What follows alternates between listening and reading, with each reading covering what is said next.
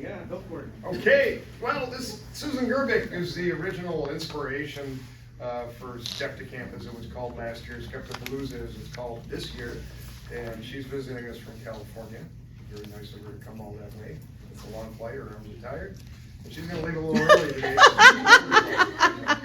But she actually talked to us on Friday night, and I found out that aliens are actually abducting us and burning things into our body with hair dryers. Yeah. We discovered that. Isn't that, did I have the right takeaway? I tell you. Yeah, I ask her about it later if you're confused. But anyhow, let's see. She's known for her work with guerrilla skepticism on Wikipedia and her work with grief vampires. She's a fellow on the Committee of Skeptical Inquiry. And just briefly, guerrilla skepticism is she has a team of people that scour Wikipedia, make corrections, put in entries and all that. It's like a couple hundred people. I mean, it's a big deal because they're making the world more factual. I like to think so. And she's also been doing so. I don't know what you're talking about today, but you'll tell us. I'll make it up. Whatever Yeah. you want. You know, she's going to talk about grief vampires. There's a couple of people. I love that term too. What grief vampires are is people who are psychic mediums who take your money in order to help you communicate with your dead relatives. So most of us think they're quacks. I think most people in this room think there's quacks. I certainly hope so. But at any rate, you know, I mean, some of these people have really taken advantage of folks for sometimes thousands of dollars, and it's often old folks that are very trusting. And they really miss their relatives, and I feel bad for them. But nonetheless, I think it's a scam. So let's give it, are you ready? Yeah. Let's give a hand. Get her up here. All righty, group. Okay, so I am going to be talking about Wikipedia. So it is one of the things that I'm going to be doing is I have, as he said, I have many different projects. I guess we should lower it, otherwise I'm going to be putting in my face. Is that all right? You can hear me okay? Yep. So I do a lot of different, my fingers are in a lot of pies, including volunteering people to do skeptic camps. And this is me, that is me. And I do have a website and a YouTube channel that is focused on grief vampires. It's called Psychics Explained. I will not be talking about that today, but I'll be here for a little bit before I have to get to the airport to go to back home. I'm in Salinas, California, Monterey County. And I have to be able to get over to that, to get that done. So I will talk to you about psychics till I have to leave if you have any interest whatsoever. But today I'm going to be talking about the Guerrilla Skeptics, which is the Wikipedia project I run. Does anybody here, I'm kind of curious, does anybody here know what GSoW is? If I say that, do you have any clue? Yes. Wow, how so few. And I've talked to you guys a bunch of times, right? Yeah. So does anybody think they have any information about Wikipedia? I mean, you know what that is, right? Okay, I'm not gonna, lots of good heads popping in there. All right. So what I'm going to, does anybody here know who I am besides? All right, so the Wikipedia project that I run is an international group of people that I have found, just like yourselves, that have attended conferences or heard me talk on podcasts. I can train anybody who wants to be trained, as long as you can turn on a computer. I will work with you. And I am here to recruit you. So just FYI, even if you don't become one of my GSoW editors, Guerrilla Skeptics on Wikipedia, we call ourselves GSoW or GSoW.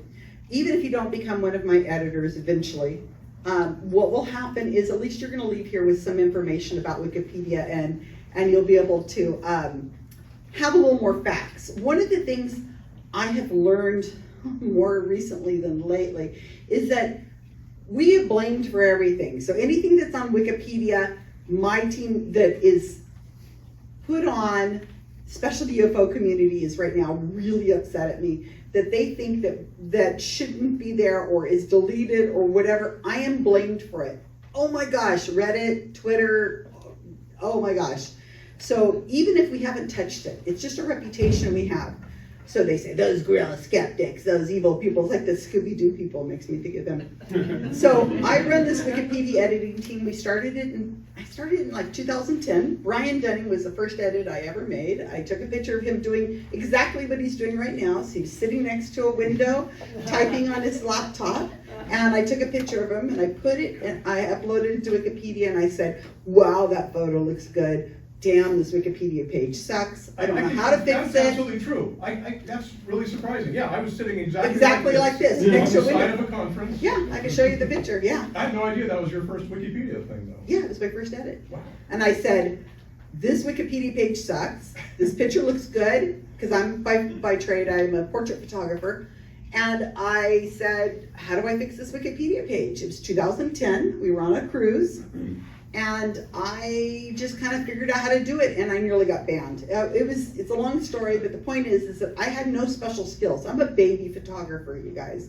So I have no special skills in how to edit Wikipedia, and over time, I've just gotten better, and I learned to teach other people. I like people. So we work only on pages that are concerning science, hard science, botanical, fish, gravitational waves, or we focus on people of science, scientists, people out there in the world, and we focus on pseudoscience. So those are our main areas, and that's a huge umbrella, and all sorts of things, humanist organizations, skeptic organizations, books about UFOs, books about cryptids, you name it, we've worked on it somewhere in there that we've done that. We work in all languages possible. We have edits all over the place in all kinds of languages. And Wikipedia is this massive, massive organization. I don't take any money from Wikipedia. It is just entirely myself and my team, and we are training on a place called The Secret Cabal on Facebook, which is a secret group, which people really think, there's a lot of people in the world of paranormal do not have a good sense of humor. I don't understand that. But anyway, so I don't get it. We're joking, and they think it's serious. So my Wikipedia editing team is, okay, this is a push for it, but it takes about 4 months to train with us. We train over Facebook and Google documents, and I turn you into a fantastic editor over time. All right, so here is my premise. My premise is, and we were talking about this at breakfast today, is that people tell me all the time, I don't use Wikipedia. We can't use Wikipedia. You can't. They drilled it into our heads. Do not, you guys all heard this, do not use Wikipedia as a citation. That's all nonsense, right? Because it's not the Wikipedia page you're using, it's the citation at the bottom. That's fine. Start with the citations at the bottom. We put them there for you to use them. What's wrong with you people? Everybody else is using Wikipedia. And even if you don't think you're using Wikipedia, you are using Wikipedia, and I'm going to prove that to you right now. There is no other Wikipedia editing teams out there. There are no one is doing anything like this in languages outside of English. Nobody does training. I am it. This is it. GSoW, this is it. Everybody else is rogue people out there trying to train, and they have these little edit wiki-thons and stuff. This is serious training that I put people through. And there is no other better resource for science communication than Wikipedia. And I'll make that point now. And you will have not heard of this woman. Her name is Barbara O'Neill. Any rare person out there heard of Barbara O'Neill? Okay. I don't want you to read this. This is kind of blurry, hopefully on purpose, so you guys can't sit there and read it. I know you're trying to read it. Stop reading it. Barbara O'Neill is a naturopath from Australia. And she is a person who I heard about on some podcasts. The Skeptic Zone and the Australian skeptics were writing about her. She had been had her license just taken away from her for medical practice. She is a quack. Okay. So I don't need to go into a lot of detail to explain to you who she is, because there's the Wikipedia article. And I'm happy with you taking pictures of the screens. I'm going to go through these kind of fast. If you want to go back and look at them again, you might want to take a picture so you can go back and read these things later. But I'm going to use Barbara O'Neill as my example because she's a wonderful example of what my point is about science communication. Barbara O'Neill used to be famous, the name Barbara O'Neill, because she was in Gone with the Wind. But what happened is over time, this other Barbara O'Neill became more famous. So when you do a search on the internet using Google or whatever you do, you're gonna get something like this, right? You guys have all seen something like this where it has photos on one side and it has like text and links to stuff. And this is a Google search up here in the corner. Oh, where is it? You can hardly see. I just put the words Barbara O'Neill with her special spelling of her last name, which is O''Neill. I just put it in, I didn't even use quote marks around it, and this is the Google search that I came up with. And you can see over here on the far side, God, I love that cartoon. Over here, with the pictures, underneath the pictures, let's see if I can see that. God, I can't move. Let me go around here. It says, Barbara O'Neill is an Australian alternative medicine personality known for promoting dangerous and unsupported alternative medicine site Wikipedia. Okay? That's what it says under this picture. And then if you come up here to the first link, Wikipedia doesn't pay for these links to be there. This is just the most popular links are going to show up first. This right here, somebody learned something. A light bulb went off on somebody. Okay, if you look here, the first link, it says, Barbara O'Neill is an Australian alternative medicine personality known for promoting dangerous and unsupported alternative medicine. It's exactly the same, as you see here. First line, Barbara O'Neill is an Australian alternative medicine personality known for promoting dangerous and unsupported alternative medicine. It is the exact same words because Google uses Wikipedia, the first line of the Wikipedia page. Lots of places do that. Even I think your Alexa, Siri, and so on will use the first line of the Wikipedia articles. That's why it's really important to get that first line written really good. I'll take that from you if you would. Thank you. Ooh, I'm gonna take out somebody's eye. Gracias. Okay, so Barbara O'Neill is my example because she just embodies everything that I'm trying to explain. And that is that when somebody has a Wikipedia article, whatever the most viewed website is will always come up first. Sometimes it's their Twitter, sometimes it's their Instagram, sometimes it's a website, but most often it's going to be a Wikipedia page or it's going to be really close to one of the first hits. You can see here's her website right there. And when I made this screenshot, that's what it was. Now, I don't want to get into a lot of details. I'm happy to answer questions on them, but just for the sake of this talk, I'm not going to go into a lot of detail. Making a Wikipedia page about a living human being is very difficult to make it stick on Wikipedia. There's super strict rules. You have to have certain kinds of citations proving that the person can have a Wikipedia article. Not everybody can have a Wikipedia article, only some people do, so it's very strict. Barbara O'Neill just happened to pass the notability standards. I was listening to the podcast and reading the Australian journals, and I said, wow, this person has just passed her notability. And I said, who's got some time to write a Wikipedia page for this quack? We'll never hear from her again. And one of my editors, I think in Idaho, just a person who's on my editing team said, I got some time.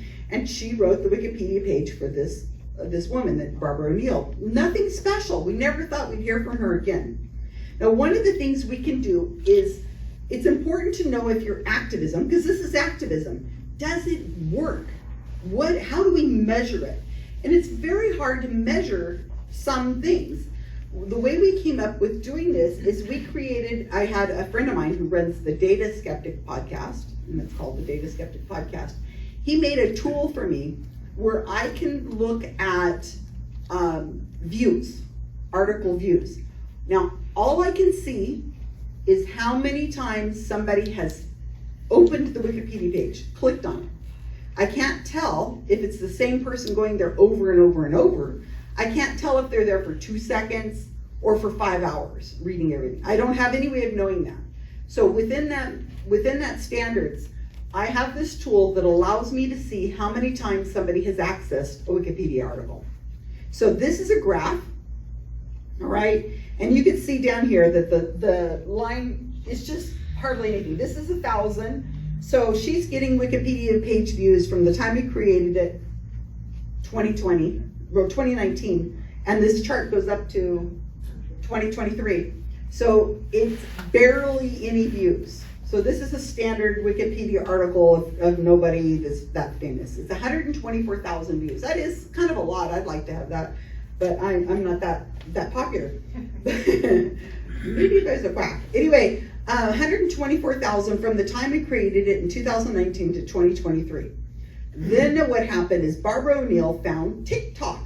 Now TikTok, you may or may not be using it. I'm telling you, there's a whole generation of people that are on TikTok who have no idea what we as scientific skeptics have been writing about for all these years. This is a whole generation of people going, well, what do you mean? What is a skeptic? What do you mean? I don't know what, insert, they've never heard of Area 51. They everything they hear is like brand new to them, like, oh, well, that's possible. Well, why can't we? It's just all brand new. So all the content we've all been working on for all these years, we have to go and start rewriting it and getting it for TikTok. And then the next one, and the next, whatever the next thing is, and whatever the next thing is. So Barbara, oops, dang, that was scary. Pop away. Don't look at the slides in case I say something and reveal something. Anyway, so Barbara O'Neill, I'm excited. So Barbara O'Neill found TikTok. So at the time I made this screenshot, which is a couple months ago, she's got 1.2 million followers. Okay? Now, what I'm going to show you is a video. Everybody pray that this works. Okay? So I don't want to have to say it. All right, so this is a TikTok video that is debunking her, let's see. Table salt is a dangerous. It's about a minute long. Seawater contains 92 minerals. Approximately 30% is sodium, 50% is chloride, because we now have two very harsh minerals that if you were to inject both of those into the blood, you would die. People come to me with high blood pressure, I put them on Celtic salt, because Celtic salt contains 82 minerals. Hold on, did she just attack sodium chloride for containing sodium and chloride? Just so you guys know, this is Barbara O'Neill, a naturopath who actually got banned from teaching after the New South Wales Healthcare Complaints Commission investigation found that she lacked any health-related qualifications, degree, diploma, or membership from an accredited health organisation, and for providing dangerous, unsupported health advice to vulnerable groups. This included advising parents to feed their infants raw goat milk or almond milk blended with dates or banana instead of formula, and recommending cancer patients forego chemotherapy in favour of baking soda wraps and dietary changes. And in this video she stated that if you inject sodium or chloride into the blood you would die. This is how I know she has no clinical experience at all. Do you want to know what I prescribe every single hospital shift I work? These bags of fluid with literally sodium chloride. But of course, as with anything, there will always be a toxicity point, but that doesn't make it bad, so we'll have no idea what she's on about. And lastly, trace minerals in the salt do not make it better for hypertension. Controlled trials show unrefined salts do not make any difference to your blood pressure. Salt is salt. Class dismissed. Now we know, anybody who attended my lecture on my workshop on Friday, that we know that this guy is credible because why? He's got a stethoscope, right? And it says doctor on there, so we don't know who. But anyway, so he has a TikTok following also. So this man is Dr. Aziz.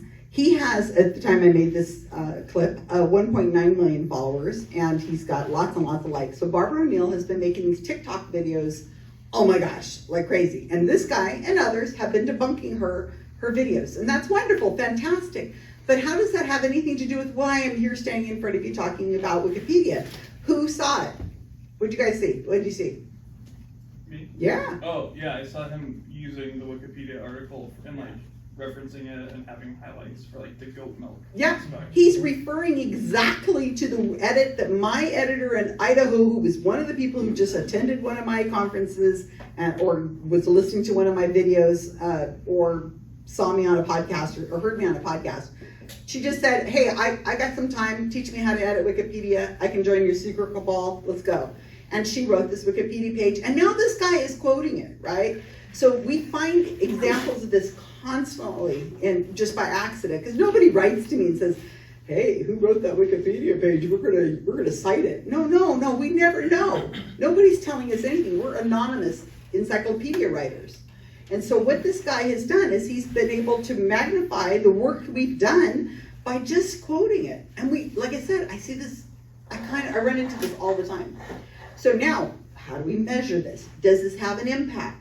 I showed you till 2023 on that graphic, right? Well, this is what happened after she hit TikTok.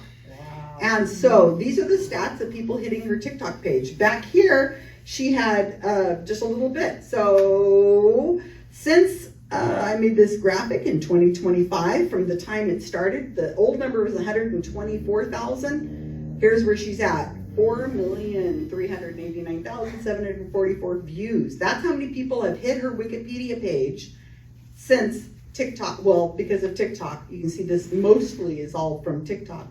So people are getting their information from Wikipedia. This only counts people who visited the Wikipedia page. That man with millions of views on his videos is just pushing the views even further. So this 4 million is a tiny bit of what is actually the influence of the Wikipedia article that my editor wrote. And it was just a fluke. It was just like, anybody got a free few hours to write this Wikipedia page. It wasn't anything like we had really thought it out or anything. Here's where she was before. Here's where it is now. Look at that. I mean, look at the impact that one person who attended one of my events who decided that they wanted to become one of my editors has. It's amazing, the incredible amount of influence. Now, I'm going to talk about this. Apple cider vinegar. Anybody watch that? It was on Netflix in February. Series? One person? Ah, okay. Anyway, so we did not write this Wikipedia article, but I'm going to point it out because what happens is, gosh, a lot of people who do watch Netflix are going immediately over to the Wikipedia articles. And we know this because we can follow the trends. So on this, it was a TV series, I think it was 6 episodes. It was in 2025, and it was featuring, it was kind of like a pseudo, I didn't watch it, but it's kind of like a pseudo documentary on following 2 women who were health, what do they call these people? Influencers. Yeah, an influencer, thank you, female influencers. And they were really huge on women's magazines, women's shows. Apple picked up their influence, and they were influencing a lot of people to use other treatments and not your medical treatments. And that the doctors actually recommend. So apple cider vinegar had 2 people that they were focusing their they didn't, I don't know if they actually named these people or if they just said that they were whatever. You can take that chair over there if you want. I'll kick you out of it in a little bit, but but you're welcome to for now. So apple cider vinegar followed these 2 people, wellness guru Belle Gibson and another one named Jessica Ainscott. Now, does anybody remember those names? Do they sound familiar to you? Belle Gibson, Jessica Ainscott. Okay, I'll tell you briefly their stories and maybe it'll ring a bell to you. So Jessica Ainscott, we wrote this Wikipedia article years ago. We weren't really thinking about it. Jessica Ainscott was an influencer. She had cancer in the arm. And so what they were going to do with Jessica is they told her, if you have your arm amputated, she was like 20-something years old, we can get rid of the cancer, we should be good, you should be fine, okay? And we'll deal with anything else later with chemotherapy and all that other stuff. But they wanted to remove her arm. And she says, no, you're not taking my arm. So what she did is she started doing these wellness stuff. And as I said, it got picked up, I think by Apple. And I think she had a cookbook and she was coffee enemas like hourly or something, I don't know. But it was pretty awful. She got her mom to do this also when her mom got breast cancer. Is this ringing bells to people now? Yeah, okay. So this was in 2015. So 2014, 2013, 2012, right around there. So she got her mom to forego her breast cancer treatment and to do chelation. Chelation, not the whale stuff. Chelation would be whales, right? This is not whale stuff. Well, I don't know. They might be taking whale stuff. I don't know. We saw Dance Talk yesterday. Who knows what they're doing? That's citation. Citation, yeah. Which needs a citation. Okay. So she had her mom take the treatment too. Her mom died. You know, you don't get treated for your breast cancer, you're going to die. And Jessica eventually died too. So it was really tragic. So there's a whole world of women she influenced, and they probably died also. So here's what happened with her Wikipedia views. Nothing for a very long time. And then this is the Netflix show down here. You can see the stats of where people are clicking on, going, they saw her on Netflix. It was, like I said, I didn't watch it. I'm not sure if they called her out, but people started Googling it and they were like, who's the woman that they're talking about in this Netflix show? And that's who it was. So this is her stats in the last 30 days. She had over 1 million views. And before it was getting like 10 views a day or 100 views a day, almost nothing. This is Belle Gibson. She was a peer. They were both influencers at the same time. Belle Gibson faked that she had cancer. She got all sorts of deals. I think she's the one that got the cookbook.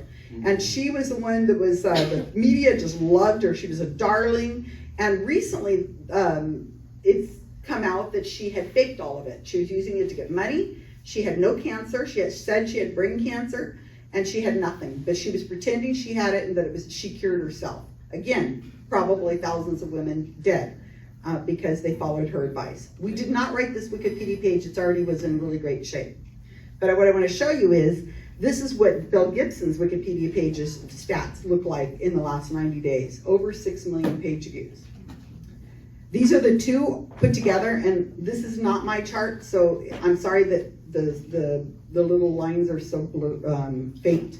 But there's a light green at the very top spike, and there's a light blue, and you can see how they both followed along in a trajectory of almost nothing, and then the Netflix show came out and they both had these huge spikes. These are where the little spikes are, and they relate to each other. The blue arrows, red arrows are related to each other. Anybody know why there are spikes there like they are? Every new episode? Yep, every time very good. Every time an episode dropped, it was every week, boom, stats go up.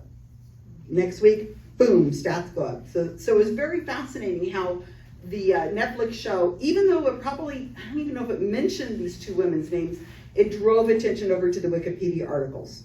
So again, people are quoting these articles without actually going to Wikipedia necessarily. So one person who's doing influencing on TikToks or wherever is talking about Belle Gibson or Jessica Ainscott. They're quoting Wikipedia most of the time, and they're quoting my team. All right, now I used to show this picture, and people didn't know who this was. Sadly, now you know who this is. Right. RFK Jr. All right, so Children's Health Defense, back before, remember the pandemic days? That was pretty damn scary. Back in the days before, when we didn't know what was going on, we had no vaccines, we were like, what did I say, we were washing our bananas and stuff like that. So it was very, very, and that's not a euphemism. They really were washing their bananas. Sorry. I'm here all week. No, I'm only here for a few more hours. Okay, so one of the things that we were doing during the pandemic, during the lockdown, is my team and I decided we would focus on vaccines. Anti-vaxxers, virologists that have been doing great work. We really focused on that. We wrote about the coronavirus, mostly about the people. We did a lot of work on the people. But one of my editors says, hey, there's no Wikipedia page for Children's Health Defense. This is the organization that RFK Jr. started. So this is his organization. He says he's no longer really, associated with it. That's a bunch of crap. But anyway, he started it. So one of my editors wrote the Wikipedia article. Again, don't read all of this in detail. But basically what it's saying here, let me read it off the screen, is that it is a nonprofit activist group mainly known for anti-vaccine propaganda and has been identified as one of the main sources of misinformation on vaccines. And there's a whole bunch of citations there. And then it says that the group has been campaigning against various public health programs such as vaccination and fluoridation of drinking water. And then a little bit farther it says arguments against vaccination are contradicted by overwhelming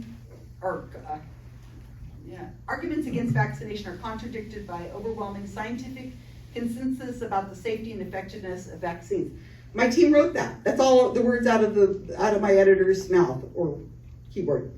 Also, you can see over here in the very far left, your right, it says it has an alternative medicine little sidebar. And that's something that my team does often because we know that people aren't going to read most Wikipedia pages. They're going to glance at it, get the information they want, which is why this lead is so strongly worded. and then they might notice that there's an alternative medicine and they will leave. And they've got all the information they want, they're done. So we've written this in several languages, I believe, as well. So one of the things you probably didn't notice is that it says on that slide I showed you, censorship is hiding us from you. So do these people, or do you think they're upset about these Wikipedia things? Hell yeah.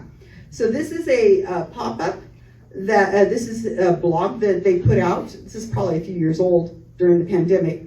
But one of the things he says on their website is, under the guise of fact-checking, Google, Wikipedia, and other tech companies falsely accused Mr. Kennedy and the Children's Health Defense of spreading misinformation.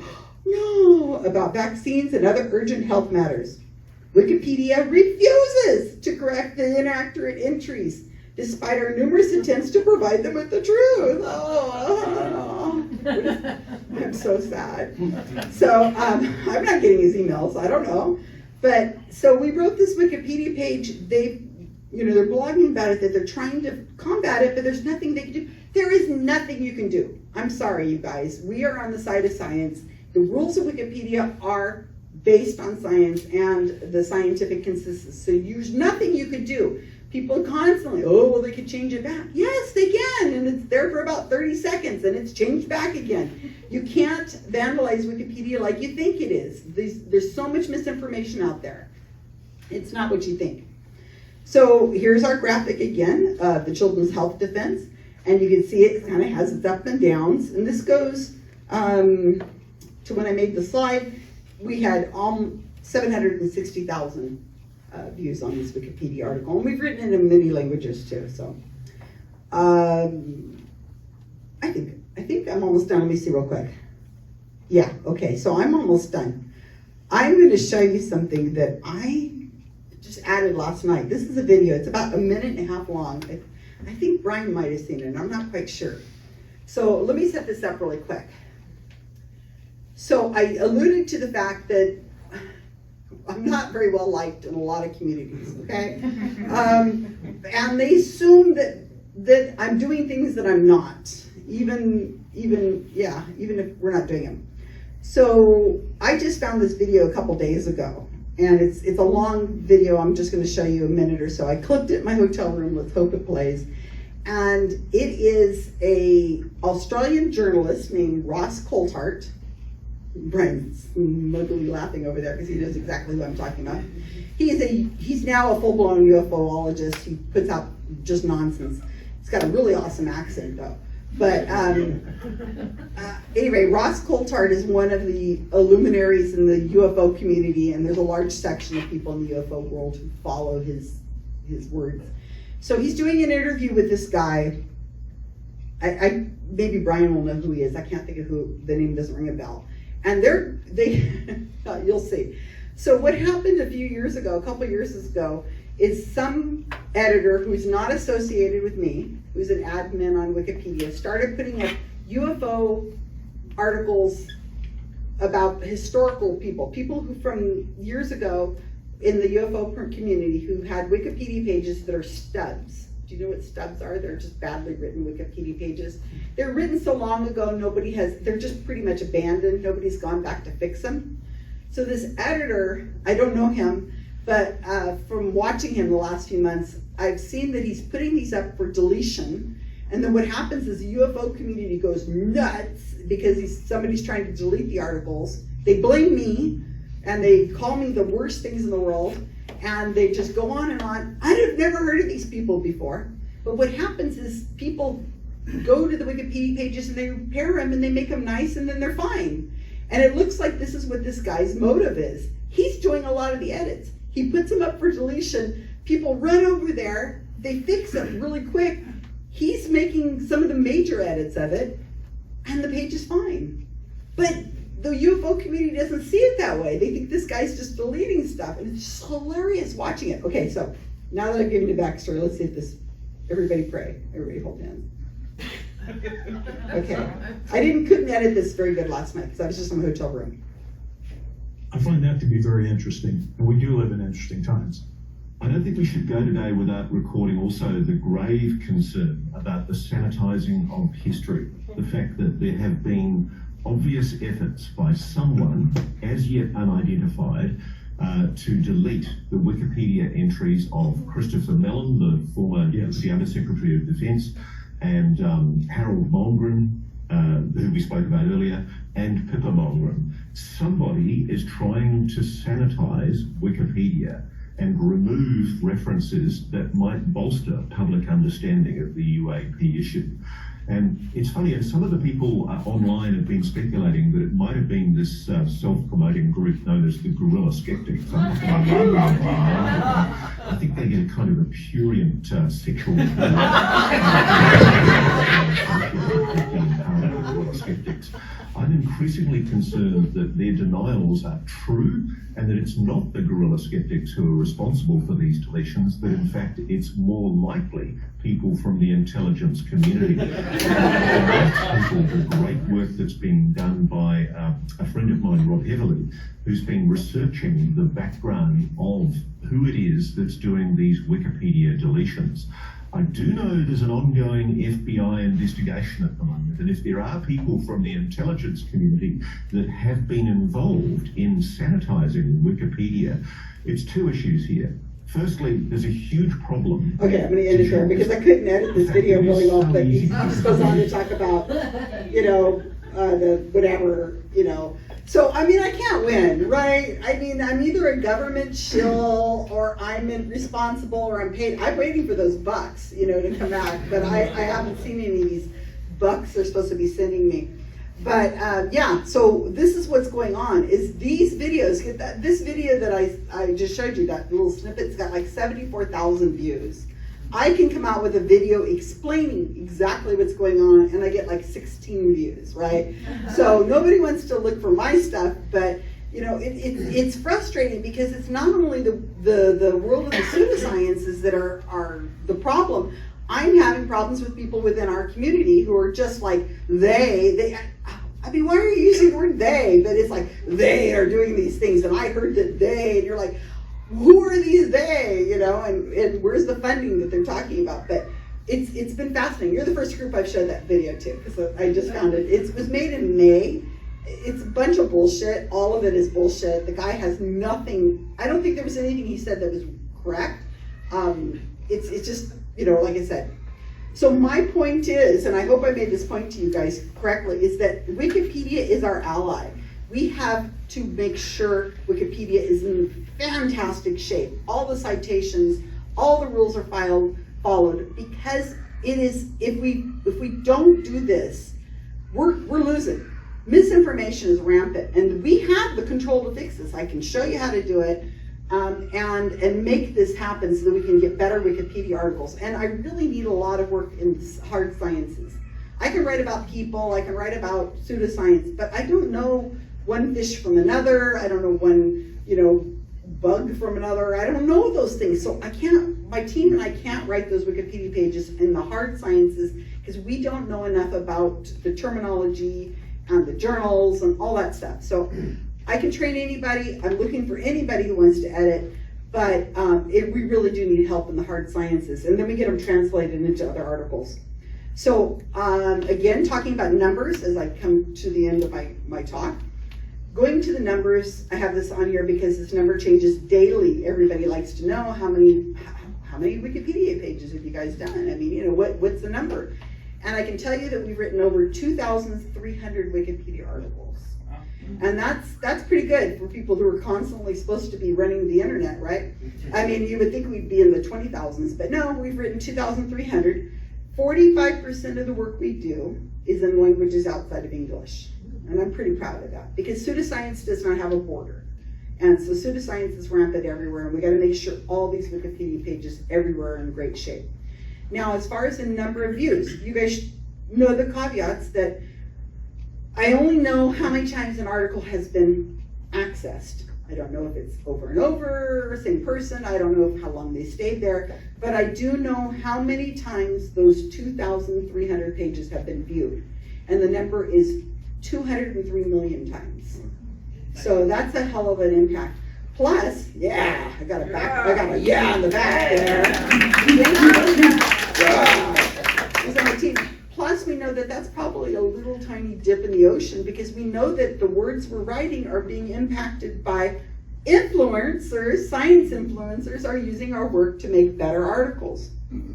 Okay, so as I come to an end, I need to make sure that you guys understand, I am funded, the ability to be able to come to you to give presentations Friday night and tonight, my flight, my hotel, and my food, that is paid for by the Center for Inquiry, which is they have a small budget for me to be able to go to different skeptic camps. And this is just a kind of a thing they're trying out. So they need to get a bang for their buck to be able to help support more skeptic camps in the future. Skeptic camps are a small group, grassroots thing, but there are expenses.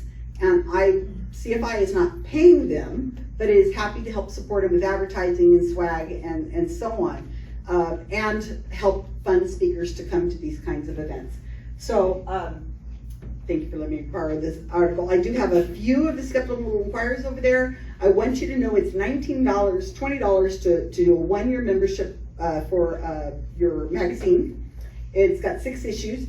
This one right here is a really wonderful one, because it has, the cover has the Winchester Mystery House. You guys know about that, right? Okay. We wrote the Wikipedia page for the Winchester Mystery House and for Sarah Winchester, you guys know her as.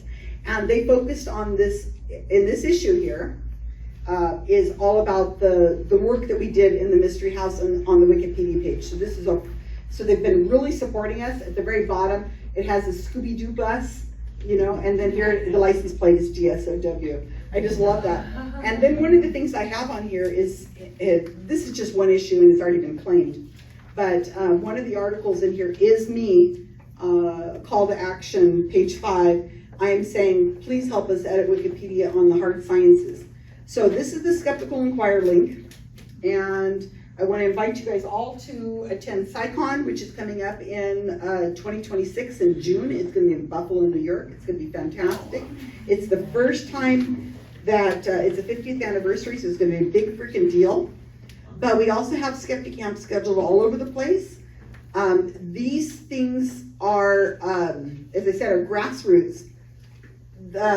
What Scott and his team have done is that I don't want to, they can't collect money at the library, it's a promise they made, but this stuff costs money.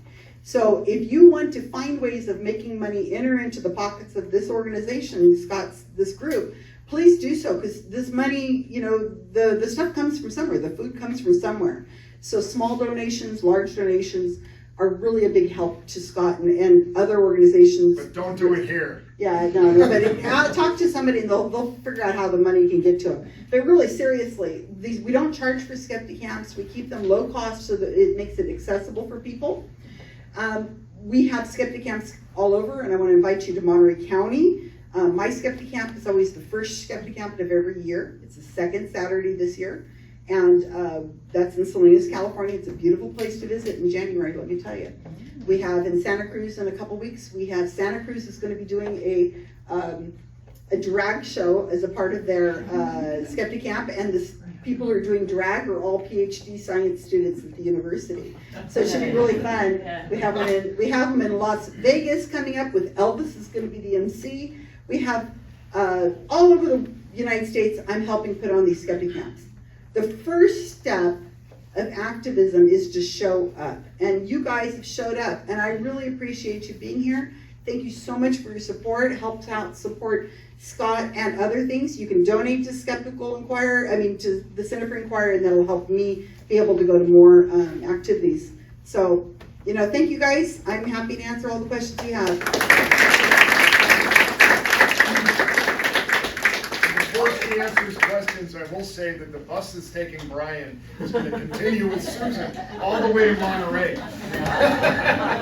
Yeah, I'm happy to answer questions. Good, I love questions. So way in the back of the corner, because he's way in the back of the corner. Susan, thank you so much. I don't know how I feel about Australians featuring so predominantly in today's presentation. I'm sorry, but yeah. Oh, I was giving talks in Australia when I made these slides, I think. So I was doing, I could easily do it with anybody. They're all over. let's say I have a rather unflattering Wikipedia article about myself. Maybe, I don't know, I've been spreading misinformation about tobacco. Just hypothetically, like, as Hypothetically. one does, yeah. And I would like that either taken down or reduced in its scathingness about me. Now, you Right. said you're based on hard science with citations, and I don't have Snowball's hope in Hades.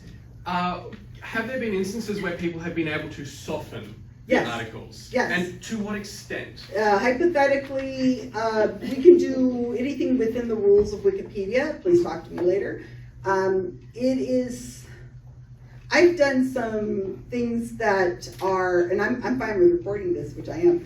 I've done some things that are always legitimate. It's always legitimate, but some things are on Wikipedia pages that shouldn't be there, that were put in back in the days when we didn't have the controls we have, where vandalism and gossip and other things made it onto Wikipedia pages that shouldn't be there.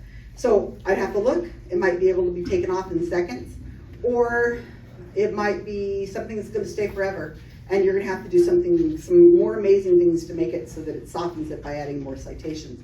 We'll have to look.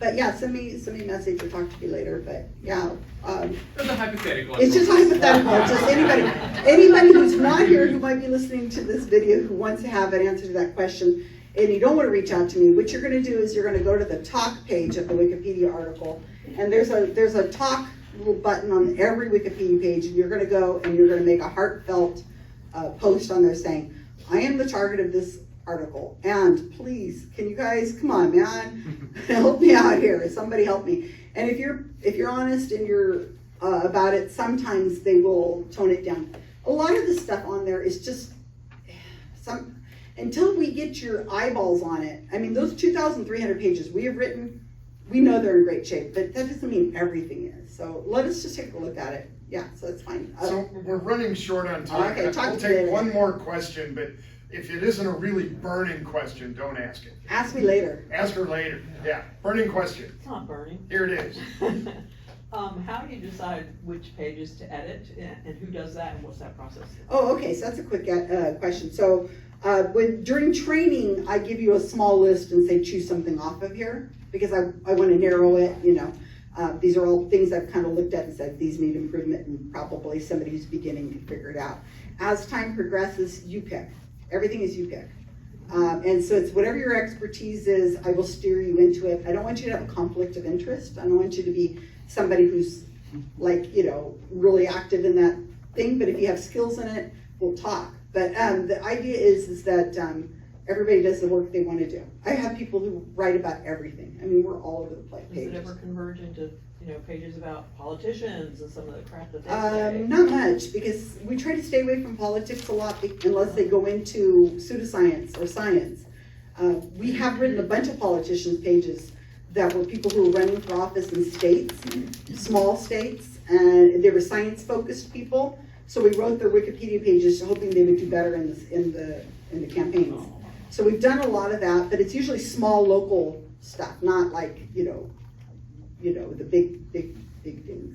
But yeah, so it's fine. Yeah, whatever you want to do, it's fine, and it's anonymous. You guys will have to talk to me later because he's giving me the eye. Okay. All right, thank you.